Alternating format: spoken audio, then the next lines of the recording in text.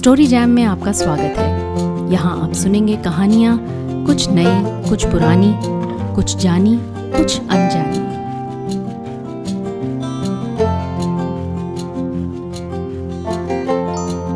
आज सुनिए शानी की लिखी कहानी बिरादरी। वहां पहुंचते ही मुझे लगा कि आना गलत था, बिल्कुल गलत। लेकिन तब तक देर हो चुकी थी और लौटना मुमकिन नहीं था। मैं क्या करता सिवाय इसके कि चुपचाप उस दृश्य का हिस्सा बन जाऊं।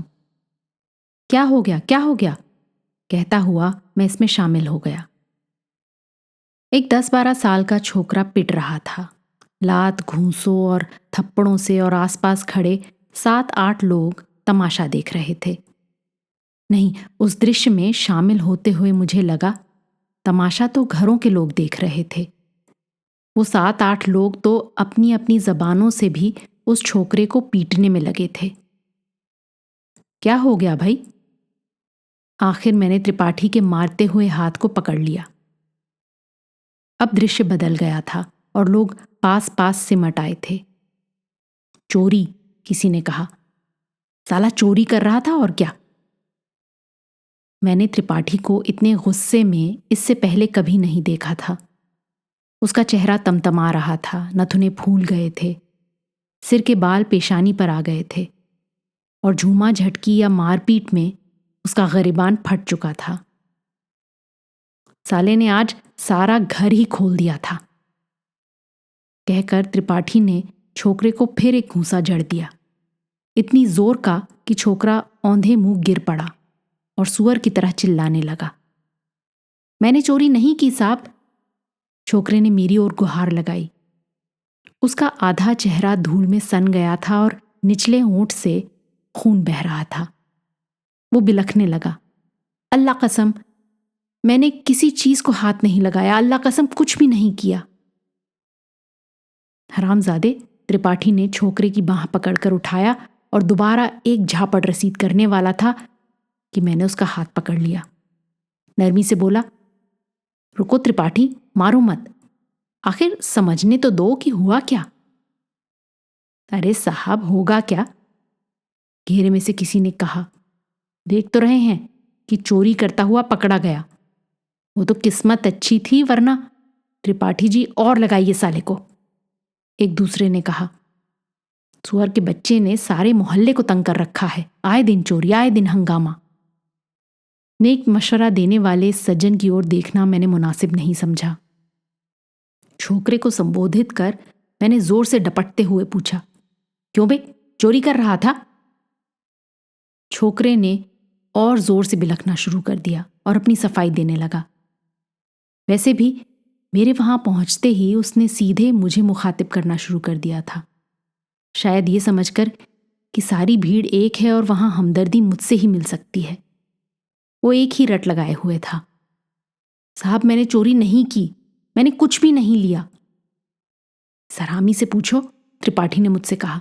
अगर ये चोर नहीं है तो सूने घर में घुसा ये क्या कर रहा था? पीछे की दीवार फांद कर ये क्यों गया था? गुसलखाने के पास था, मैं नहाने गया था, छोकरे ने कहा। नहाने के लिए सूने घर की दीवार फांदी जाती है, और वो भी दूसरे के घर की? लोग हंसने लगे। देखो कितना चालबाज है, किसी ने कहा। ये अंगूठी आज चली गई थी, त्रिपाठी मुझे बताने लगा। वो तो 5 मिनट की भी और देर हो गई होती तो साले ने अंगूठी तो आज मार ही दी थी, सारा घर भी खोल दिया था। किस्सा सिर्फ इतना था कि त्रिपाठी के एक मित्र, पड़ोसी और सहकर्मी अपने परिवार के साथ छुट्टियां बिताने कश्मीर गए हुए थे। चूंकि टीटी नगर में दिन दहाड़े चोरियां आम बात थीं, लिहाजा एहतियातन उन्होंने घर की चाबियां त्रिपाठी को सौंप दी थी, इस आग्रह के साथ कि वो घर की देखरेख करते रहें और हो सके तो रात को वहीं सो जाएं। शर्मा हुजूरी में त्रिपाठी ने यह जिम्मा ओढ़ लिया था, और पिछली रात वो अपनी बीवी बच्चों को छोड़कर पहली बार वहां सोया था। सुबह घर लौटने के बाद शेव करते वक्त सहसा ध्यान आया कि अपनी सोने की अंगूठी तो वो वहीं भूल आया है। गर्मियों का जमाना था, वो सहन में चारपाई डालकर सोया था और आदतन उसने अपनी अंगूठी उतार कर बगल के स्टूल पर रख दी थी। सोचा लौटकर अंगूठी उठा लाऊंगा, वरना वहीं रह जाएगी। लेकिन वहां पहुंचकर देखा तो होश उड़ गए। अंगूठी स्टूल से गायब थी, वो नीचे पड़ी हुई थी और एक छोकरा त्रिपाठी को देखकर गुसलखाने के पीछे दुबक रहा था। क्यों? अब मैंने छोकरे को पकड़ लिया, डपटती आवाज में कहा, बुलाऊं पुलिस को? दूं दो एक हाथ में भी, हरामखोर कहीं का। याद रखना, आइंदा ऐसी हरकत की तो हड्डी पसली बराबर हो जाएगी। भाग यहां से, चल फुट। अपने को छुड़ाकर जब वो छोकरा बगटुट भाग निकला तो मुझे लगा कि मैं सबकी जलती आंखों का केंद्र बना हुआ हूं। उनमें से एक ने उसे आगे बढ़कर पकड़ने की भी कोशिश की थी, लेकिन वो मछली की तरह हाथों से फिसल गया था। 1 मिनट के अंदर ये जा वो जा। भाई ये तो बड़ी ज्यादती है, किसी ने तिलमिलाए स्वर में कहा। मोहल्ले में चोरियां होती रहें और हम ही लोग शह दिए जाएं। ये सरकारी कर्मचारियों का नेता बर्मन था, बनियान और पट्टीदार पजामे में। आवेश में वो कह रहा था, मैं अच्छी तरह जानता हूं कि पिछले दिनों मेरी छत से सारी लकड़ियां इसी लौंडे ने पार की हैं।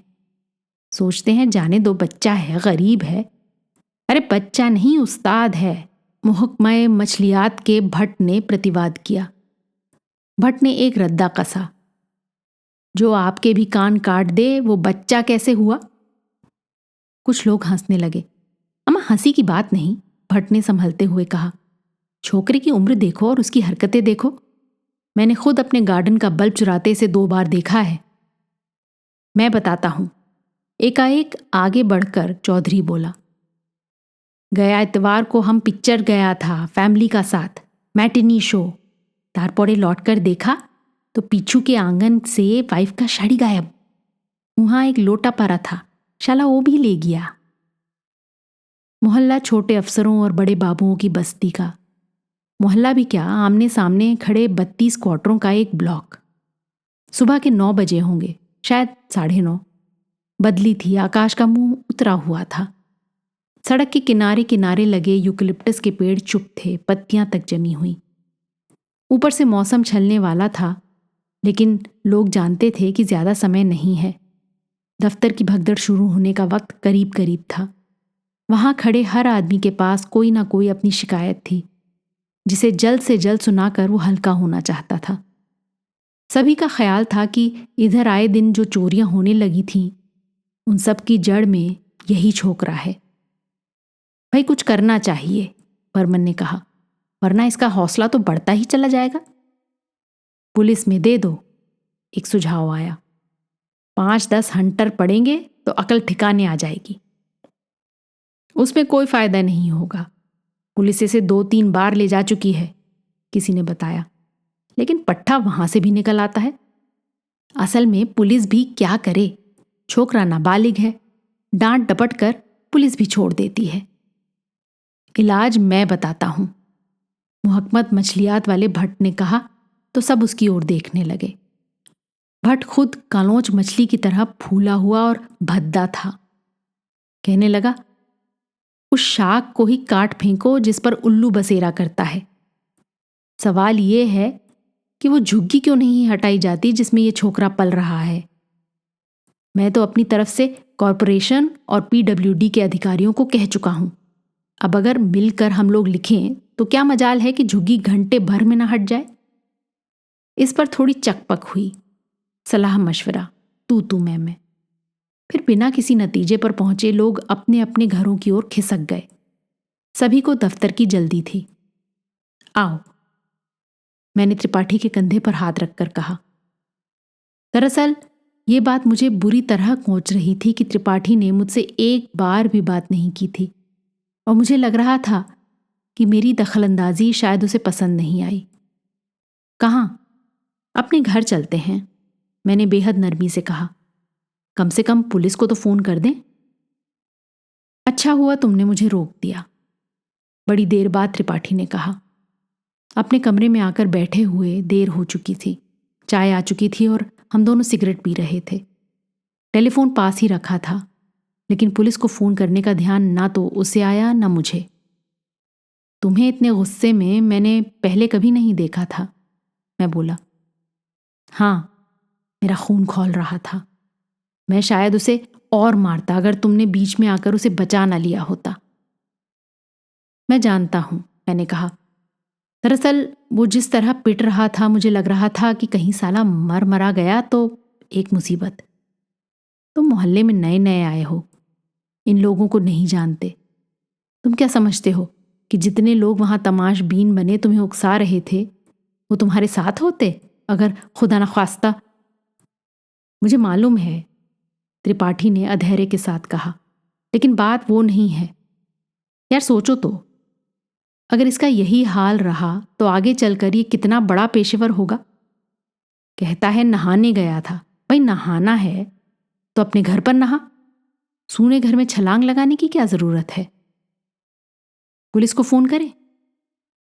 करते हैं, उसने कहा। लेकिन ये सच है कि पुलिस कुछ नहीं करेगी, ज्यादा से ज्यादा 2-4 झापड़ मारकर छोड़ देगी। ये अच्छा तमाशा है, कानून की गिरफ्त में वो आता नहीं क्योंकि वो नाबालिग है। आप कुछ कर नहीं सकते क्योंकि बच्चा है, गरीब है। ये झुग्गी कहाँ है? पीछे ही है, गली में एक तरफ से हमारे घर से लगी हुई है। विधानसभा वाले सिद्दीकी साहब के यहाँ काम करती है इस छोकरे की माँ। बेवाह है, 2 छोटे छोटे बच्चे और हैं। दरअसल उसका मियाँ विधानसभा में चपरासी था, एक दिन अचानक मर गया। मासूम बच्चों के साथ ये औरत कहाँ जाती सो सिद्दीकी साहब ने अपने घर काम पर रख लिया। शायद उन्हीं की मदद से इसने पास में झुग्गी बना ली है। तो उसे बुलाकर कहें, त्रिपाठी बोला। डांटते हैं कि अपने लौंडे को संभाल, वो खुद को परेशान है। त्रिपाठी ने बेचारगी में एक नई सिगरेट निकाली और सुलगाने लगा। मैंने खिड़की से बाहर सीखचों से कटे पिटे आसमान को देखा, महज देखने के लिए। बदली अभी भी थी, लेकिन कुछ हवा चलने लगी थी। पेड़ों के पत्ते हल्के हल्के कांप रहे थे। इसी बीच त्रिपाठी की छोटी बच्ची घर से संदेश लेकर आई। मम्मी पूछ रही हैं आज क्या दफ्तर नहीं जाना है? आते हैं बेटे, तुम चलो, त्रिपाठी ने हंसकर कहा। अभी तो वक्त है। बच्ची चली गई, लेकिन कोई 2 मिनट बाद फिर लौट आई, ये खबर लेकर कि कोई औरत उनसे मिलने आई है। त्रिपाठी ने फिर ये कहकर लौटाया कि उसे यहीं भेज दे। साबिर की अम्मा है, बच्चों में से किसी ने बताया। साबिर कौन? वही छोकरा, शायद उसकी माँ आई है। सुनकर त्रिपाठी कुछ सोचने लगा, सिगरेट की राख झाड़ने के बहाने। दरवाजे का पर्दा सरकाकर साबिर की माँ खड़ी हो गई वहीं दहलीज पर। मैले कुर्ते और इंतजार में वो अधेड़ औरत घिसी हुई लगी, एल्युमिनियम के पुराने बर्तन की तरह। उसका सांवला रंग जला हुआ और ठंडा था, चूल्हे की बुझी हुई राख ढकी लकड़ी की तरह। और आंखें, वो बारिश के छोटे छोटे और गंदेले डबरों की तरह थी बाढ़ उतर जाने के बाद। मेरा ख्याल था कि वो त्रिपाठी को कोसने काटने आई है, शोर मचाएगी, लेकिन वो ऐसे ही खड़ी थी जैसे कटघरे में हो। क्यों? त्रिपाठी ने गला साफ कर संयत स्वर में उससे कहा। देख ली अपने लौंडे की करतूत? अपनी गर्दन झुकाकर वो दूसरी तरफ देखने लगी। मालूम है तुम्हारे छोकरे ने क्या किया है? अब मैंने पूछा। वो कहता है मैं नहाने गया था। कौन नहाने गया था? त्रिपाठी चिल्लाया। तुम्हारा साबिर? हमें झूठ बनाती हो। मैंने अपनी आंखों से देखा है अपने सूने घर में। वो अंगूठी को ताकता बैठा था। अपने हाथों से मैंने छोड़ दिया, वरना हड्डी पसली एक कर देता। बुलाऊं पुलिस को? दे दूं तुम्हारे उस लाडले को? दे दो साहब, उसने नरमी से जवाब दिया। हम तो खुद तंग आ चुके हैं। मैं कितना समझाती और मारती पीटती हूं क्या बताऊं। कई बार तो मैंने उसका गला मसक दिया है। वो मरता भी नहीं है। मुझे तो इस माटी मिले पेट के दोजख से ही फुर्सत नहीं मिलती। हो गई, अपनी तो जिंदगी ही बर्बाद हो गई। कहते कहते उसका गला रुंध आया और वो रोने लगी। वो क्या करता है? एकाएक खिंच गए सन्नाटे को तोड़ते हुए मैंने पूछा।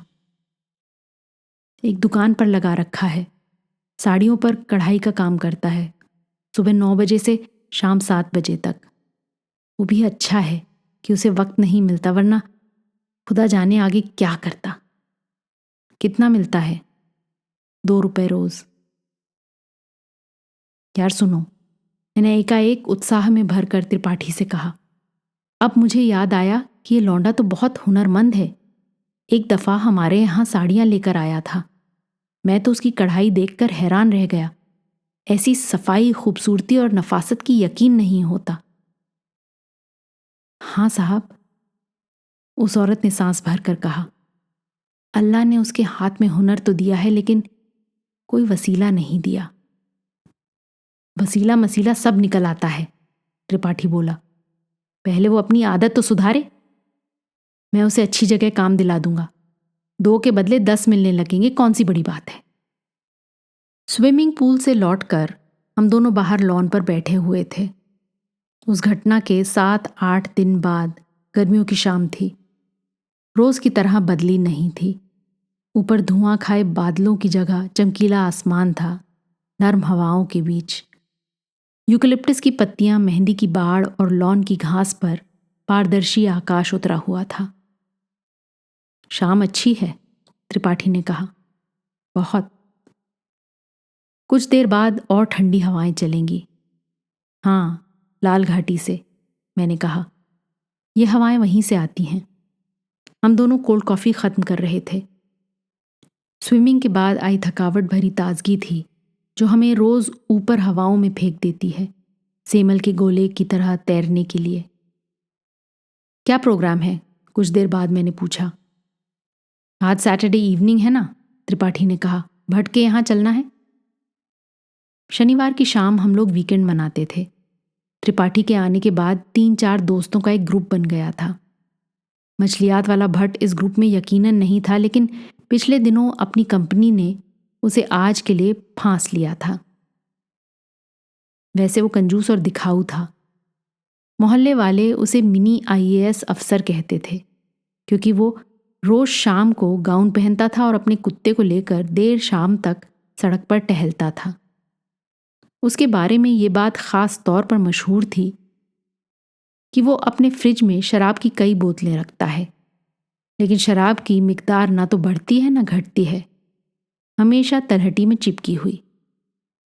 गुरु, मैंने त्रिपाठी से कहा, सच पूछो तो मेरा भट्ट के यहाँ जाने का कोई इरादा नहीं है। साले की आंख में सुअर का बाल है। सरकार को कोलकर अपने घर भरे जा रहा है और उस पर ऐंठता भी है। सवाल यह है कि आप हर वक्त मछली की बातें क्यों करते रहते हैं? त्रिपाठी हंसने लगा, सयानी सी हंसी। याद है साबिर वाली उस घटना के दिन वो कितना कूद रहा था? लग रहा था वो तुमसे भी ज्यादा गुस्से में हो। हाँ, याद आया, त्रिपाठी बोला। सुनो, क्या मैंने तुम्हें बताया है कि वो छोकरा उसके बाद मुझे घेरने लगा था? क्यों? अरे उस दिन मेरे मुंह से कुछ निकल गया था ना। साले ने जबान ही पकड़ ली थी। कहता है कोई अच्छा काम दिला दो। अब यहां हम कहाँ चक्रों में पड़े। पता चला है कि जमानतदार की तरह त्रिपाठी जी एक दिन थाने पर खड़े हैं। बताया मैंने भी नहीं था, त्रिपाठी को भी नहीं। सिर्फ घर वालों को मालूम था कि साबिर की अम्मा मेरे घर 2-3 बार चक्कर लगा चुकी है। पहले वो उस घटना के 1 हफ्ते बाद आई थी। कहने लगी मोहल्ले वाले उसकी झुग्गी हटवाना चाहते हैं। मिलजुल कर दरख्वास्त दी गई है और कोशिशें हो रही हैं। खुदा के लिए मैं उसकी मदद करूं। मैं क्या करता? क्या मैं कानून के हाथ पकड़ लेता? वैसे भी उस दिन वाली घटना में पढ़कर मैंने मोहल्ले में काफ़ी बदनामी उठाई थी। भट्ट और उस जैसे 2-1 लोगों ने तभी जुबान में कहा था कि मियाँ भाई ने छोकरे को तरकीब से भगा दिया। साफ साफ शय दी जा रही है, क्योंकि हम एक ही बिरादरी के हैं। कहा गया है अम्मा, कुछ भी कहो, खून पानी से गाढ़ा होता है। वो औरत भी मेरी जान को लगी है। मैंने ऊबे हुए स्वर में त्रिपाठी से कहा। आज सुबह भी आई थी। कह रही थी कि कॉरपोरेशन वाले पुलिस लेकर आए थे। धमकी देकर गए हैं कि शाम तक नहीं हटी तो सामान फेंक कर झुग्गी गिरा दी जाएगी। त्रिपाठी मेरा मुंह ताकने लगा। क्या मोहल्ले से कोई दरखास्त गई थी? हाँ, काफी पहले। भट्ट ने सबके दस्तखत कराए थे। क्या वो तुम्हारे पास नहीं आया था? नहीं। कहते हुए मुझे चोट लगी। सिर्फ चोट नहीं, वो धक्का था। आखिर क्या समझकर भट्ट ने मुझे छोड़ दिया? अगर वो मेरे पास आता तो क्या मैं दस्तखत करने से मना कर सकता था? साहब, मैं किसके पास जाऊं? सुबह उस औरत ने रोते हुए मुझसे कहा था। सिद्दीकी साहब दौरे पर हैं और आपके सिवा हमारा यहाँ कोई नहीं। यहाँ तो जिसे देखो हाथ में तीर कमान लिए बैठा है। लोगों का तो जैसे कलेजा सफेद हो गया है। अब अपनी बिरादरी के होकर आप भी मेरे लिए कुछ ना करें तो। देखो बिया, मैंने झल्लाकर गुस्से में कहा था, बिरादरी मिरादरी की बकवास तो तुम यहां रहने दो। क्या मैं चोरों की बिरादरी का हूं? ड्राइंग रूम में हम आम चुनावों की बातें कर रहे हैं, शराब के सहारे। बाहर लॉन से हम कभी के उठाए थे। वहां हवा थी, सिर पर खुला आसमान था, हरी मेहंदी वाली बाड़ की ठंडक भी। लेकिन ज्यादा देर बैठना मुश्किल हो गया। भट्ट का जिक्र निकलते ही मैं कुत्ते की तरह टूट पड़ा था। इससे पहले मैं खुद भी नहीं जानता था कि मैं उससे इतनी नफरत करता हूं। यार, मैं भट्ट का पक्षधर नहीं हूं, त्रिपाठी ने मेरा रुख देखकर कहा था। तुम्हारे गुस्से को भी मैं समझता हूं, लेकिन सवाल यह है कि भट्ट ही क्यों? कोई और क्यों नहीं? या वो व्यवस्था क्यों नहीं जिसके चलते ये छुटे संडे बने हुए साबिर जैसे लोग पैदा होते हैं? क्या भट्ट अकेला है? असल में उसके साथ पूरी की पूरी बिरादरी नहीं है? और क्या हम तुम भी उस बिरादरी में शामिल नहीं हैं? असल में दोस्त, हमारा तुम्हारा दर्द ये नहीं कि भट्ट सरकार को कोल रहा है। तकलीफ ये है कि हाय, उसकी जगह हम क्यों नहीं हुए? अपना निशान तीर कमान, तीर कमान, तीर कमान। सहसा पास वाले नुक्कड़ से लाउडस्पीकर की सामूहिक आवाज आई थी। जीतेगा भाई जीतेगा, तीर वाला जीतेगा। टैक्सी थी, चुनाव अभियान वाली।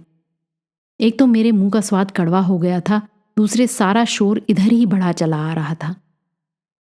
चलो अंदर ही बैठते हैं, एकाएक उठकर मैंने कहा था, और हम लोग भीतर आ गए थे। वो अच्छा ही हुआ। एकाएक उस अप्रिय बहस से छुटकारा मिल गया था और चुनाव की बातें चल पड़ी थी। मैंने फ्रिज खोलकर बोतल निकाली थी, बहुत सारे आइस क्यूब लिए थे और 2-1 मिनट बाद त्रिपाठी की ओर गिलास बढ़ाकर कह रहा था, whisky on the rocks, cheers. College के दिनों में मैं कम्युनिस्ट पार्टी का कार्ड होल्डर था और त्रिपाठी ने बताया था कि वो सोशलिस्ट पार्टी का सक्रिय सदस्य था। सरकारी नौकरी में आने से पहले त्रिपाठी सोशलिस्ट पार्टी के एक अखबार का संपादक था और जनसभाओं में आग उगला करता था। कहा जाता है कि उसके बढ़ते हुए प्रभाव को देखकर ही तत्कालीन मुख्यमंत्री ने उसे एक दिन पालतू बना लिया और उसके गले में सरकारी तौक पड़ गया। अब हम दोनों सरकारी नौकर थे, दोनों के मुंह पर ताले पड़े हुए थे, लेकिन दिल पर किसका ताला हो सकता था? बहस मुबाहसे में अब भी हम अक्सर नाराज होते थे और इस बात की गहरी चिंता थी कि देश की प्रगतिशील ताकतें दिन ब दिन कमजोर होती जा रही हैं। डबल रोटी ब्रेड वाला। सहसा दूर से एक फेरी वाले की आवाज आई, खामोशी को चीरती हुई। 1-8 मिनट बाद उसकी साइकिल हमारी सड़क से गुजर रही थी। डबल रोटी वाला था, यानी 9 बज गए। मैंने उठकर खिड़की के पल्ले ठीक किए और उसके कानों पर खटके लगाए। वो बार बार बंद हो रही थी। न्यू मार्केट में चल रही आम सभा की आवाज अब साफ आने लगी थी। बाहर हवा तेज थी, बहुत तेज और ठंडी, यानी लाल घाटियों वाली। मेहंदी की बाड़ आपस में झकोले खा रही थी। खिड़की पर आधी झुकाई बोगनवेलिया बार बार गर्दन झुकाकर यूं हवा से लड़ रही थी जैसे उसके सींग हों। काले आसमान की पीठ पर टिका यूकलिप्टस का पेड़ एकदम सफेद लग रहा था, चवर ढुलाता और धीरे धीरे शोर करता हुआ। मैंने लौटकर रिकॉर्ड प्लेयर खोल दिया। गजलें सुनने या खामोशी को भरने के लिए, पता नहीं। एक और? मैंने त्रिपाठी का गिलास उठाते हुए पूछा। हम लोग 2-2 पैग पी चुके थे और मैं तीसरा बनाना चाहता था। त्रिपाठी ने सहमति में सिर हिलाया। अभी गिलास लेकर उठा ही था कि बाहर से गेट खुलने की आवाज आई। बरामदे में लेटी हुई रानी जोर जोर से भौंकने लगी थी। कौन है? त्रिपाठी ने आंख के इशारे से पूछा। मैंने थोड़ी देर बाहर की आहट लेने की कोशिश की, फिर अपना काम करने लगा। गरीबों का साथी कौन? दिलावर खान, दिलावर खान। दूसरे नुक्कड़ पर चुनाव वाली टैक्सी फिर कहीं से आ गई थी। 1 मिनट रुककर लाउडस्पीकर की आवाज दूर से आने लगी। दुखियारों का कौन? दिलावर खान, दिलावर खान, जीतेगा वही जीतेगा। साबिर की माँ आई है। कुछ देर बाद भीतर बुलाकर बीवी मुझसे कह रही थी। वो मुसल्ले के पास खड़ी थी और शायद नमाज पढ़ने जा रही थी। कहाँ? बाहर खड़ी है इस वक्त। अल्लाह तौबा, किस कदर रोए जा रही है। बीवी ने कहा। कुछ बताती तो है नहीं, बस कहती है मियाँ से मिलवा दो। लगा नशे के बावजूद मेरा चेहरा फक पड़ गया था। उस एक क्षण में झुग्गी, साबिर की माँ, साबिर, सबके चेहरे आंखों में घूम गए। गुस्सा अपने ऊपर आया। मैं ही घपले करता रहता हूं। क्यों नहीं साफ साफ कह दिया मैंने सुबह? कह दिया देखेंगे। क्या देखेंगे? मैं जानता हूं कि वो क्यों आई है, मैंने झल्लाकर कहा। अच्छी मुसीबत गले पड़ी है, तुम ही बताओ। मैं इसमें क्या कर सकता हूं? एक तो सरकारी और कानूनी मामला है, दूसरे मैं उससे क्या कह दूं? भाई कुछ भी कह दो, टालो उसे यहां से। लौटकर मैंने तीसरा पैक बनाया और गिलासों में बहुत से आइस क्यूब्स भर दिए, इतने कि उनमें पानी तक की जगह नहीं रही। क्या बात है? त्रिपाठी ने मुझसे पूछा। अम्मा यार, कहकर मैं रुक गया। आगे ना तो बोलना था और ना मुझसे बोला गया। गिलास में घूंट लेते हुए भी मेरे कान बाहर लगे हुए थे। वहां मेरी बीवी कह रही थी, साबिर की अम्मा, तुम सुबह मिल लेना, अभी वो सो रहे हैं। आज की कहानी आपको कैसी लगी अपने कमेंट्स ज़रूर लिखिएगा। साथ ही सब्सक्राइब कीजिएगा। आपके फैमिली और फ्रेंड्स में आप जैसे ही कहानियों के शौकीन, कदरदान और हैं, उन्हें ये कहानी व्हाट्सएप पर फॉरवर्ड करें। अगली बार फिर मिलेंगे एक और कहानी, लेख या कविता के साथ। तब तक अलविदा।